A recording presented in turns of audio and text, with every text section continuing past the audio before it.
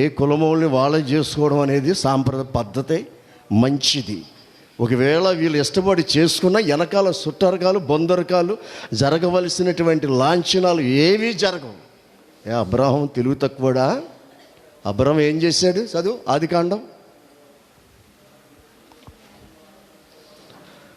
అబ్రాహం ఏం చేశాడు?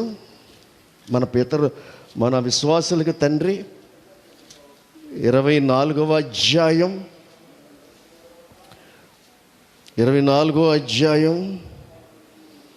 5వ వచనం.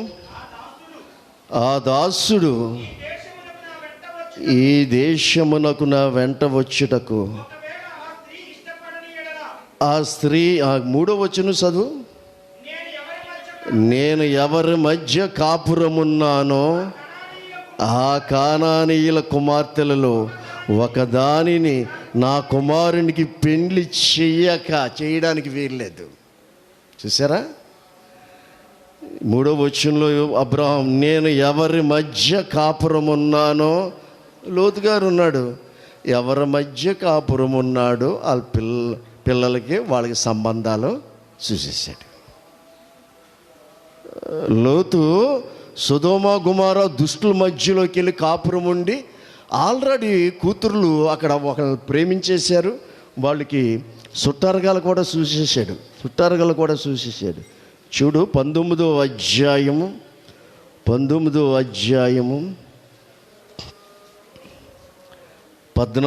వచనం. లోతు బయటికి వెళ్ళి తన కుమార్తెను పెండ్లాడనయ్యున్న తన అల్లుతో అదిగో అండ్ అబ్రహాం గారికి లోతుకున్న డిఫరెన్స్, అబ్రహాం గారు ఆత్మీయుడు, లోతు శరీర సంబంధి. ఆత్మీయులతోటి స్నేహం విడిచిపెట్టి ఆత్మీయులతో ఉండటానికి ఇష్టపడక దూరంగా వెళ్ళి దుస్తులతో ఈ రోజున అదే జరుగుతుంది. ఈ రోజుని అదే జరుగుతుంది. దుష్టుల మధ్యకి వెళ్ళాడు. పిల్లలేమో వాళ్ళు ప్రేమించేశారు, లోతు కూతుర్లు. దేవుడు బయటకు వచ్చేయమన్నాడు. అల్లుళ్ళు దగ్గరికి వెళ్ళి ఏమన్నాడు? ఈ పట్టణము ఈ అల్లుతో ఈ మాట్లాడి లేండి, ఈ చోటు విడిచిపెట్టి రండి, రండి. ఏమండి ఈరోజు ఈ నినాదం, ఈ చోటు విడిచిపెట్టి లేండి, ఈ ఊరిలో నుంచి బయటికి రండి. ఎంత చక్కని మాట నిజంగా. రండి అన్నాడు. అంటే ఏమన్నారు వాళ్ళు?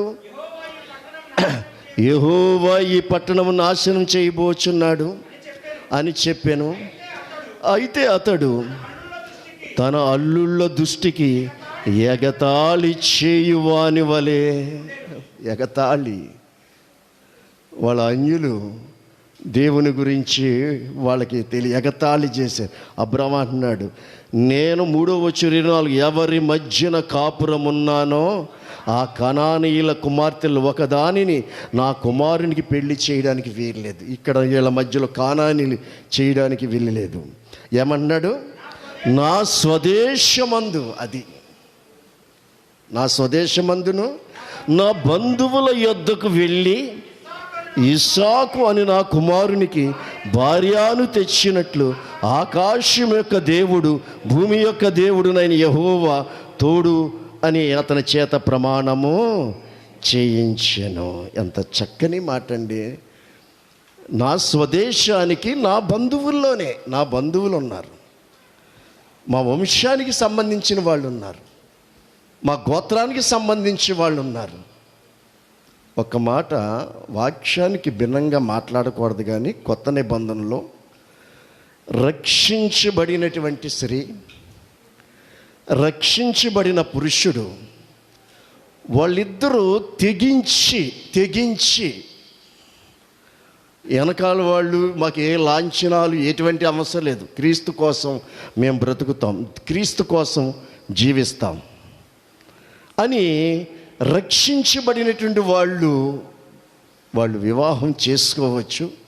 వివాహం చేసుకుని ప్రేమగా జీవించవచ్చు, తప్పులేదు. తెగించి వెనకాల ఎటువంటి సంబంధాలు ఉండవు, దేవుని కోసం తెగించినటువంటి పరిస్థితి. అందుకే ఈరోజు అన్ని విషయాల్లో కూడా మోసం జరుగుతున్నటువంటి టైం కాబట్టి ప్రియులరా, ఇక్కడ ప్రవక్త అంటున్నటువంటి మాట ఏంటంటే, భయంకరమైన పరిస్థితి ఈ భూమండలానికి వచ్చేసింది. 17వ వచనంలో ఏమంటున్నాడు?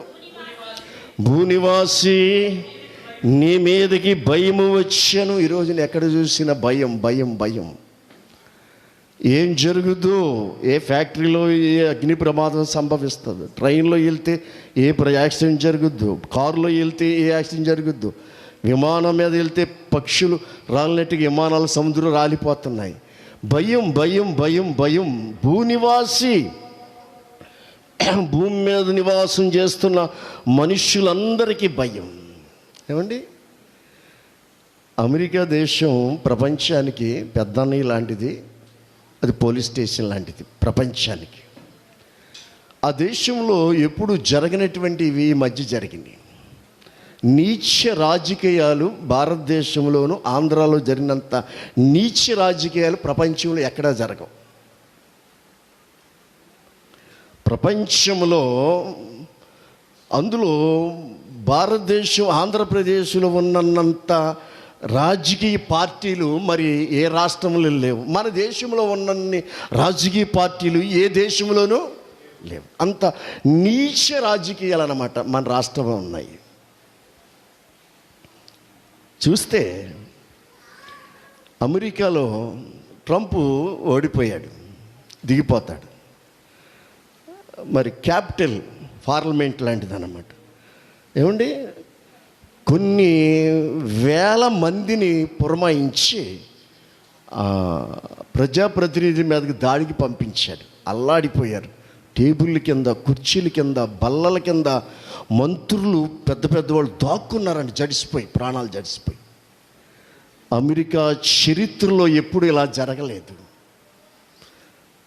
ఏమండి, ప్రజాప్రతినిధులకే దిక్కులేనటువంటి పరిస్థితి వస్తే సామాన్య మానవుడికి ఏముంది?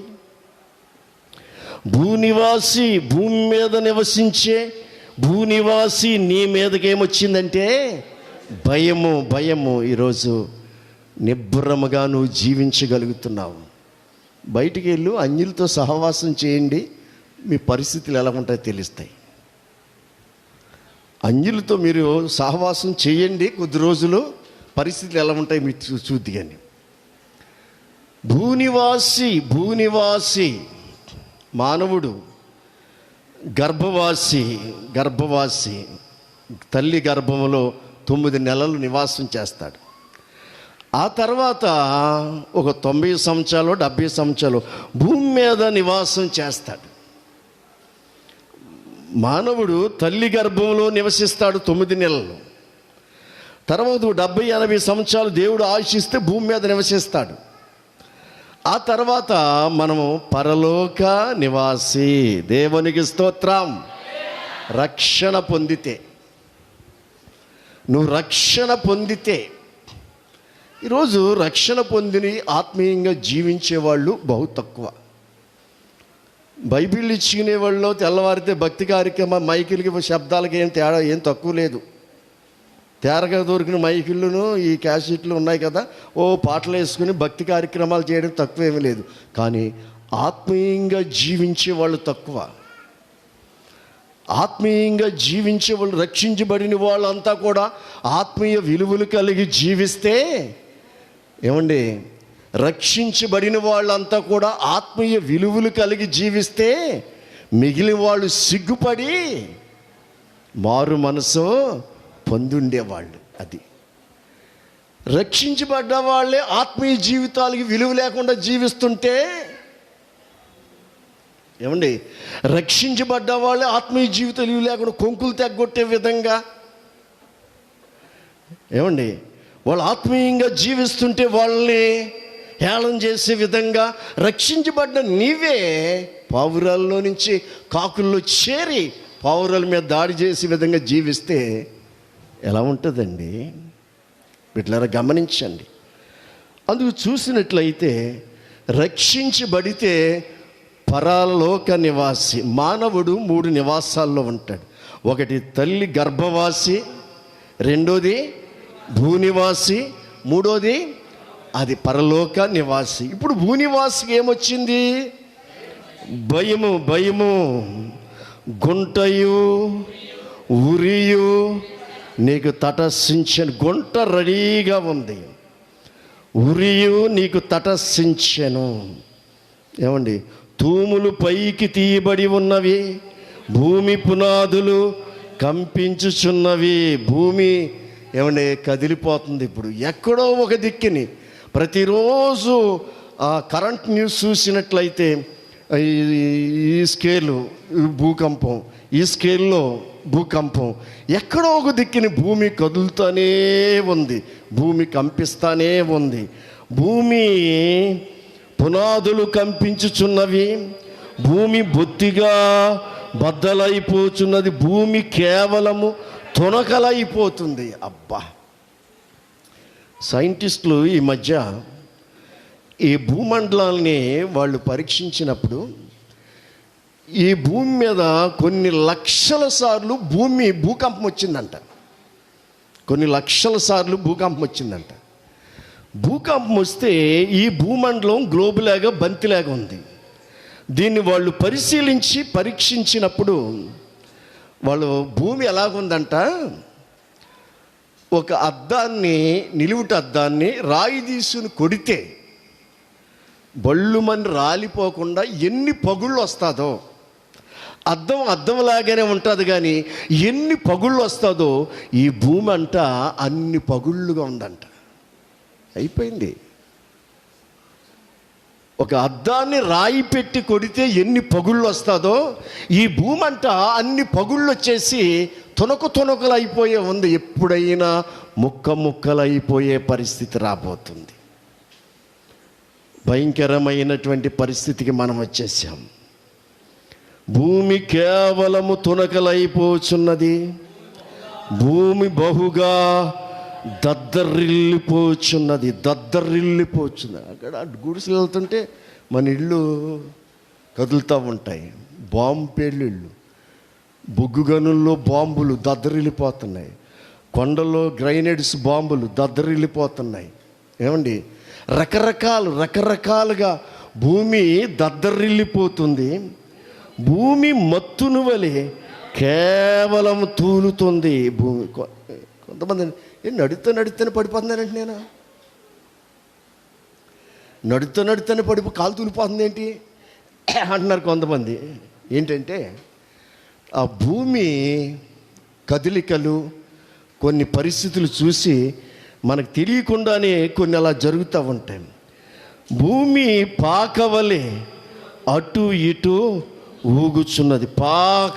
ఒక పాక ఎలాగుంటుందో దూళ్ళ పాక ఊగుతుంది, ఏ క్షణమైన అటు ఇటు ఊగుతుంది. దాని అపరాధము దాని మీద భారముగా ఉన్నది, అది పడి ఇక లేవదు.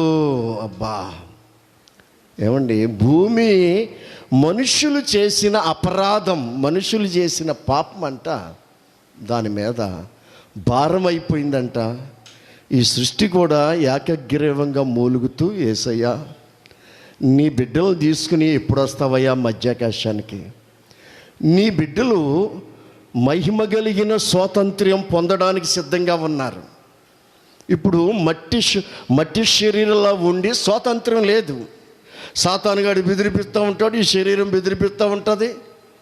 సాతానుగాడు బెదిరిపిస్తూ ఉంటాడు, ఈ శరీరం బెదిరిపిస్తూ ఉంటుంది. ఈ శరీరంలో ఉన్నంతసేపు స్వాతంత్ర్యం లేదు. ఒక గడి రాబోతుంది చూసేవా, నీ బిడ్డలందరూ మహిమ కలిగిన శరీరాలతోటి రూపాంతరమును పొంది నీ రాకడలో మహిమ కలిగిన స్వాతంత్ర్యం పొందబోతున్నారు. నీ బిడ్డలు విమోచించబోతున్నావు. అప్పుడు నాకు కూడా ఏం జరగబోతుందంటే విమోచన జరగబోతుంది. ఈ సృష్టి మిగ్గుల ఆశతో తేరు చూస్తూ, యేసయ్యా నువ్వు ఎప్పుడు వస్తావయ్యా నీ బిడ్డలను తీసుకుని మహిమ కలిగిన స్వాతంత్ర్యముతో నేను కూడా పొందాలని ఈ సృష్టి మిగ్గుల తేరు చూస్తూ ఎదురు చూస్తూ ఉందంట. ఈరోజు లోకానికి ఏమి పట్టకపోవచ్చు, రక్షించబడిన నీవు నువ్వు అలాగా నిరీక్షణ కలిగి ఎదురు చూస్తూ నువ్వు బ్రతకపోతే పరిస్థితులు ఎలాగుంటాయో చాలా దారుణంగా ఉంటుంది. బిడ్డలారా, నేను ముగించే ముందు ఒక 10 నిమిషాలు నా టైం ఉంది. నీవు కానీ నిరీక్షణ కలిగి ప్రభు రాకడ కోసం పరిశుద్ధమైన జీవితం జీవించకుండా నిర్లక్ష్యంగా జీవించేవా, పరిస్థితులు ఎలాగుంటాయో చెప్తున్నాను. సామెతల గ్రంథము 11వ అధ్యాయం 4వ వాక్యంలో ఏమంటున్నాడు? సామెతల గ్రంథం అందరూ తీసుకొని సామెతల గ్రంథము 11వ అధ్యాయం 4వ వాక్యం. ఏ దినము సంఘం ఎత్తబడ్డాదంటే ఇదిగో ఉగ్రత దినమందు ఆస్తి అక్కరకు. ఏమండి, ఎంత మాట అండి, ఆస్తి అక్కరకు. నిన్న ఒక సహోదరుడు ఫోన్ చేసి, అయ్యా మాకు గవర్నమెంట్ వాళ్ళు స్థలం ఇచ్చారు, పట్టా ఇచ్చారు.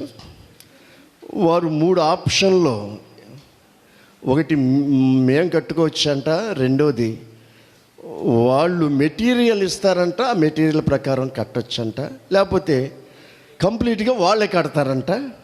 3 ఆప్షన్లు ఇచ్చారు. ఏం చేస్తే బాగుంటుందండి అయ్యగారు అన్నాడు. 3 ఆప్షన్లో కూడా ఎలా కట్టినా వాళ్ళు ఇచ్చిన నమూనా ప్రకారమే కట్టాలి. మళ్ళీ మన ఇష్టం వచ్చినట్టు కట్టుకుంటా, వాళ్ళు ఇచ్చిన నమూనా ప్రకారమే కట్టాలి. సరే, దేవుని సేవకుడిగా ఆత్మీయ తండ్రిగా మట్టి ఆయన్ని సలహా అడుగుదామని అడిగారు నన్ను. నేను అన్నాను, దాని గురించి మీరు తలకిందులు అవ్వద్దు, నీ బరువు నీకు తెలుసు. ఓ 10 లక్షలు తెచ్చి తట్టుకోగలను అనుకుంటే కట్టుకో, లేదు అంటావా బరువు నెత్తి మీద పెట్టుకోవద్దు. అసలు స్థలమే లేదనుకో, ఇంటి గురించి నీకు ఆలోచన ఉండదు కదా. అసలు స్థలమే లేదనుకో, ఈ తలపోటు ఉండదు కదా. అసలు స్థలమే లేదనుకో, వాళ్ళు ఫ్రీ, దేవుడు ఇచ్చాడు, ప్రార్థన దేవుడు ఇచ్చాడు, ఇల్లు కూడా దేవుడు ఇస్తాడు, ఫ్రీగా ఉండు. ఏమండి, గమనించండి, మనం అసలు స్థలం లేదనుకో, అసలు ఈ తలపోటు ఉండదు కదా, లేదనుకున్నట్టుగా ఉండు, ఇల్లు కూడా అలాగే వస్తుంది అని. చలే నాయన మంచిదని. ఏమండి, గమనించండి, ఇక్కడ మనం చూసినట్లయితే దైవజనుడు కూడా ఒక మాట అంటాడు. ఈ చేయలాగ ఉంచి దానియేలు 1 కొరింథీలు మళ్ళీ బలపరచడానికి, అంటే ఏ విషయంలోనూ చింతలేని వారుగాను చింతించేవారుగాను మనం ఉండకూడదని దేవుని యొక్క ఉద్దేశం. 1 కొరింథీలు 7వ అధ్యాయం 29వ వచనములో 7:29, సహోదరులారా నేను చెప్పినది ఏమనగా, కాలము సంకుచితమై ఉన్నది. అయిపోయింది. కాలం ఎలాగుందంట, అయిపోయింది, టైం అయిపోయింది ఇంకాను. బిడ్డలారా గమనించండి, సంకుచితమై ఉన్నది గనుక ఇక మీదట భార్యలు కలిగిన వారు భార్యలు లేనట్టు. ఏమండి, ఎంత ఆసక్తి అండి. ఫ్రాన్సిస్ అనే దైవజనుడికి పెళ్ళయిందంట. పెళ్ళయితే భార్య అత్తవారింటికి వెళ్తే, ఏమండి కూరగాయలు పట్టిరండి, మనుగుడు పెళ్ళిగూడు కొత్త పెళ్ళిగూడు కూరగాయలు పట్టిరండి అని సంచి ఇచ్చిందంట. ఆ సంచి డబ్బులు తీసుకుని ఆయన రోడ్డు సువార్త ప్రకటించుకుంటూ వెళ్ళిపోయాడు. 3 రోజుల దాకా రాలేదంట. 3 రోజుల తర్వాత జ్ఞాపకం వచ్చిందంట, అయ్యో నేను అత్తవారింటికి వచ్చాను కదా, నేను ఇలా ఏడ్చానండి. ఏంటి ఆసక్తి చూసావా. ప్రభు పరలోకాన్ని 33.5 సంవత్సరాలు మర్చిపోయాడు యేసయ్య. దేవునికి స్తోత్రం. పరలోక మహిమను తన ఎదుట ఉంచబడిన ఆ మహిమ ప్రభావాలను విడిచి ఆయన మనల్ని ప్రేమించి వచ్చాడు. ఈరోజుని మనం దేవుని గురించి మన ఆసక్తి ఎంతవరకు ఉంది. ఒక 2 గంటలు కూర్చుంటే ఇల్లు ఏమైపోద్దో, ఇంటికాడ పరిస్థితి ఏంటో ఆలోచనలు వస్తాయి.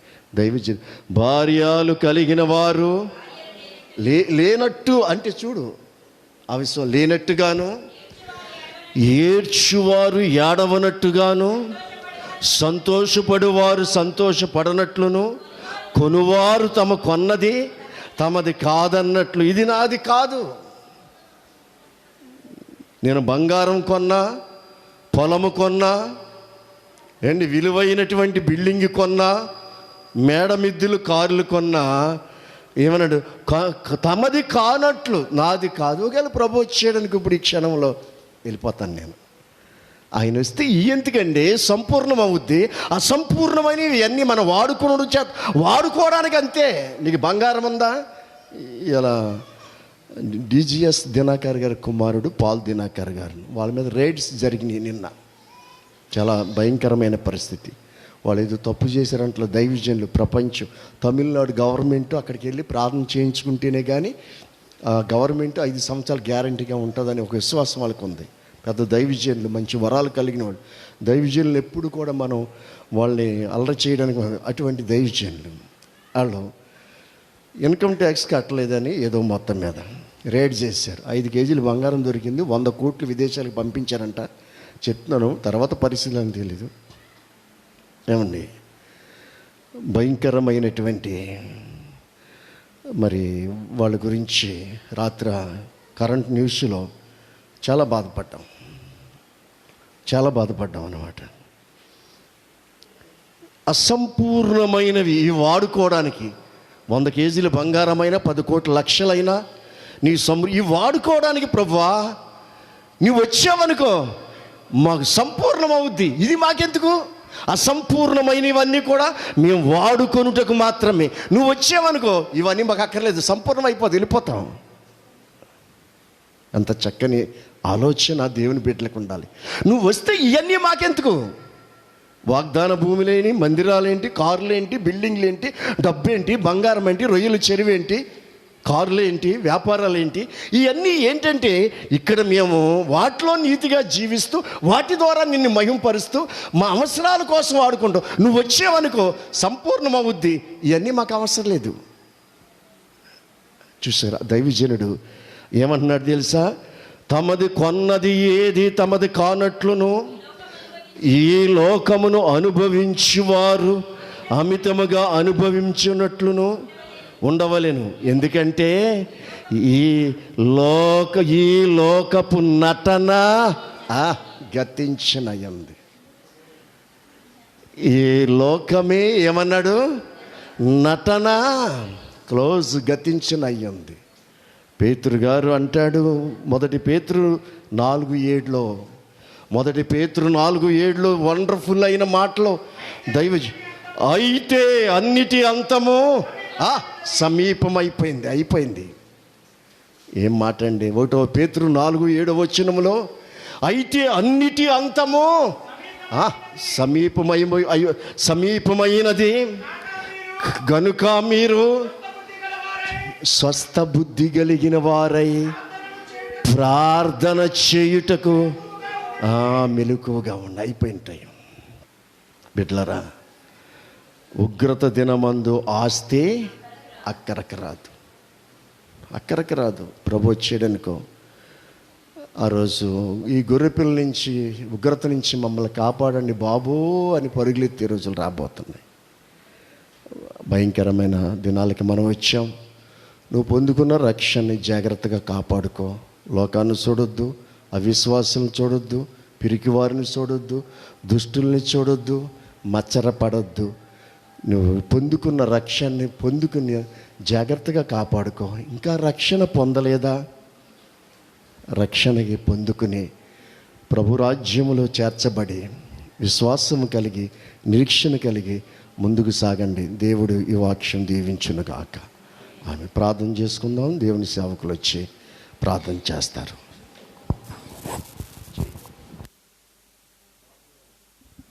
ప్రార్థన చేసుకుందాము.